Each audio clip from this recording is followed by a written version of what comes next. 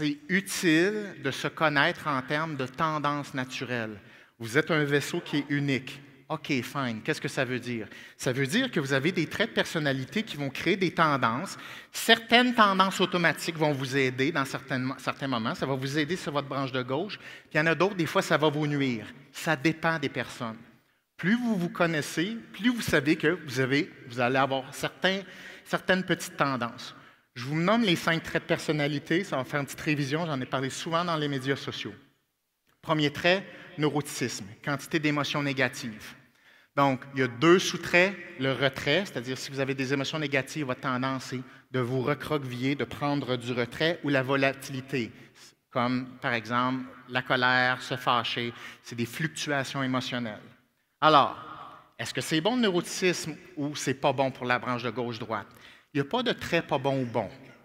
Il y a des avantages et des inconvénients des 2 bords. Par exemple, neuroticisme, ça force vers la branche de droite. Ça force. Parce que les émotions négatives n'aiment pas, ça fait souffrir. Hein? Donc, quand on a beaucoup d'émotions négatives, quand on est fort en neuroticisme, le cerveau, il veut une façon d'arrêter de souffrir court terme. Et souvent, les personnes qui sont fortes en neuroticisme, ont fait beaucoup d'évitements dans leur vie, ce qui booste ton neuroticisme, ce qui booste ta volatilité, ce qui booste ton retrait. Donc, plus tu es évitant, plus tu vas avoir des émotions négatives. Okay? Mais ça, il y a un aspect neurobiologique. Quand vous naissez, vous avez certaines tendances neurobiologiques, comme moi, j'ai une tendance névrotique. C'est normal d'avoir une tendance et il y a des personnes qui sont moins névrotiques. OK, il faut faire attention à ça. Si vous savez que vous avez beaucoup d'émotions négatives, faites attention à tout ce qui est évitement. Parce que ça, c'est de la branche de droite. Fait qu'il faut le savoir. C'est correct, vous allez piloter en conséquence, il n'y a pas de problème. Mais il faut le savoir, parce que ça, c'est un risque. L'autre chose, est-ce que ça peut être bon le neuroticisme sur la branche de gauche? Ça peut, particulièrement l'aspect colère. La colère, ça sert à mettre des territoires, ça sert à conserver des limites. Donc, ça veut dire que vous pouvez vous servir de la colère pour générer des conversations importantes, être capable de vous affirmer, être capable de mettre vos limites, d'expliquer comment faire affaire avec vous. Donc, ça, c'est la colère qui va vous aider ça. Ça ne veut pas dire que je vous dis de péter une coche le plus possible pour être sur la branche de gauche. Ce que je dis, c'est le neuroticisme peut être utile du côté gauche, particulièrement la colère. L'anxiété, si ce n'est pas trop élevé, ça peut parce que ça vous fait prédire une responsabilité que vous devez prendre dans l'instant présent. Donc ça, c'est la façon d'utiliser les émotions négatives sur la branche de gauche. Après ça, ouverture. L'ouverture, c'est très corrélé à l'intelligence. C'est le seul trait qui est corrélé au QI. C'est le trait qui vous rend imaginatif, créatif. Donc, est-ce qu'il y a des avantages? Très certainement. Avoir des nouvelles idées, avoir des nouveaux plans. Think out of the box. Quand vous êtes coincé, vous êtes capable de synthétiser des plans qui sont nouveaux. Ça aide d'être fort en ouverture. Est-ce que ça nuit? Oui. Parce que l'ouverture fait en sorte que tu peux butiner facilement d'un plan à l'autre. Ça veut dire que les artistes, c'est très difficile de les faire finir quelque chose. Parce qu'ils partent sur un nouveau trip. Un nouveau trip, et chaque idée est une forme de dopamine. Ah non, non, j'aime mieux cette affaire-là, ça part d'un bar. Non, donc, c'est très difficile de faire arriver quelque chose avec les personnes qui sont très fortes en ouverture. Et aussi, c'est corrélé avec une attention qui peut être plus instable. Donc, oui, tu es plus créatif, tu peux trouver des nouvelles choses, mais attention, il y a un aspect négatif également. Il faut juste le savoir.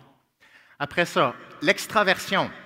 Alors, l'extraversion, c'est corrélé à la sociabilité. Ce sont des gens qui ont plus d'émotions positives en général. Oui, ça aide la branche de gauche, l'extraversion. Oui, ça aide. Mais il n'y a pas seulement des avantages, il y a des inconvénients. Les gens qui sont très forts en extraversion sont plus impulsifs, plus impulsives. Et plus une personne a un système d'extraversion élevé, plus une personne est susceptible à réagir à la dopamine. Donc, vous savez que la dopamine, c'est un petit peu plus branche de droite. Donc, plus une personne est extravertie, elle a faim du renforcement court terme. Donc, le système de récompense pour les personnes extraverties veut aller chercher la récompense dans le visage de l'autre. Et c'est un système de récompense qui est là en général. Donc, les personnes très extraverties pensent plus court terme. Par contre, sont plus affirmatives, ils vont plus vers les autres, ils s'affirment plus, ils prennent plus de place, on les écoute plus, ils savent comment capter l'attention, ils s'affirment, ils ne se laissent pas faire, ils veulent l'idée. Donc, plein de belles qualités, mais c'est plus dopaminergique. Après ça, Agréabilité. L'agréabilité, c'est la volonté de plaire aux autres, s'occuper des autres. Ce sont les personnes qui prennent en charge les autres, ceux qui aiment les autres. Tous ceux qui prennent soin, ceux qui s'occupent des enfants, ceux qui veulent augmenter les émotions positives chez l'interlocuteur, diminuer la souffrance des autres, ceux qui ont une plus forte écoute, une plus forte empathie. Ce sont des gens qui sont plus agréables. C'est toutes des super qualités. C'est super, très fort pour créer des relations. Mais l'agréabilité, les personnes suragréables, ce sont les gens qui se font le plus exploiter. Ce sont les gens qui ont plus tendance à être dépendants. Ce sont des gens qui ont besoin d'approbation sociale et qui pensent qu'en prenant soin des autres, ça revient. Ça ne revient pas. Ça part, puis tu es en stand-by, puis tu es en déficit. Donc, c'est correct l'agréabilité, mais il faut être capable d'aller dans la désagréabilité lorsque c'est nécessaire. Si tu es prisonnier de ton agréabilité, ça va te tirer vers la branche de droite parce que tu n'as pas en possession suffisamment d'approbation sociale. Ça, c'est l'agréabilité. Et finalement, conscientiousness, je l'ai laissé en anglais. Conscienciosité, en français, c'est la meilleure traduction. C'est votre trait d'organisation. Les personnes très consciencieuses sont précis, organisées, sont capables de viser à moyen et à long terme, sont capables de résister aux interférences, sont capables de ne pas se laisser faire par des distracteurs, sont capables de tolérer le renforcement différé dans le temps. Est-ce que ça aide la branche de gauche? Mais-en. Mettons que tu pousses ta conscienciosité à un extrême. Quel serait le désavantage de la conscienciosité à l'extrême? Perfectionnisme, bravo. Perfectionnisme, rigidité. Tu te retrouves sur la branche de droite. Donc, vous voyez qu'il n'y a pas de trait parfait. Donc, oubliez ça, vous ne serez pas parfait. Vous êtes fourré. Vous devez piloter. Ça, OK.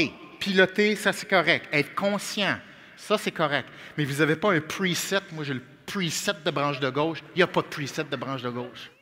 Il y a des choses qui aident, mais c'est une question de conscience, une question de savoir quel mécanisme j'ai à l'intérieur de moi pour dire « Attention, là, ça tilte vers la droite, je me ramène. » C'est tout le temps une question de vous ramener. Donc là, ça serait une bonne chose de juste savoir quelles sont vos tendances. Je rappelle, vous êtes dans le centre de votre branche, de votre Y. Ce qu'on veut, c'est briser la branche de droite. Il faut savoir, est-ce qu'il y a des choses de moi qui m'attirent plus instinctivement et qui renforcent la branche de droite? Si vous ne les savez pas, vous allez toujours être pogné dans des patterns, puis vous ne pourrez pas expliquer ce qui se passe, puis ce qui génère ça. Une des pistes qui est vraiment fiable scientifiquement, les traits de personnalité.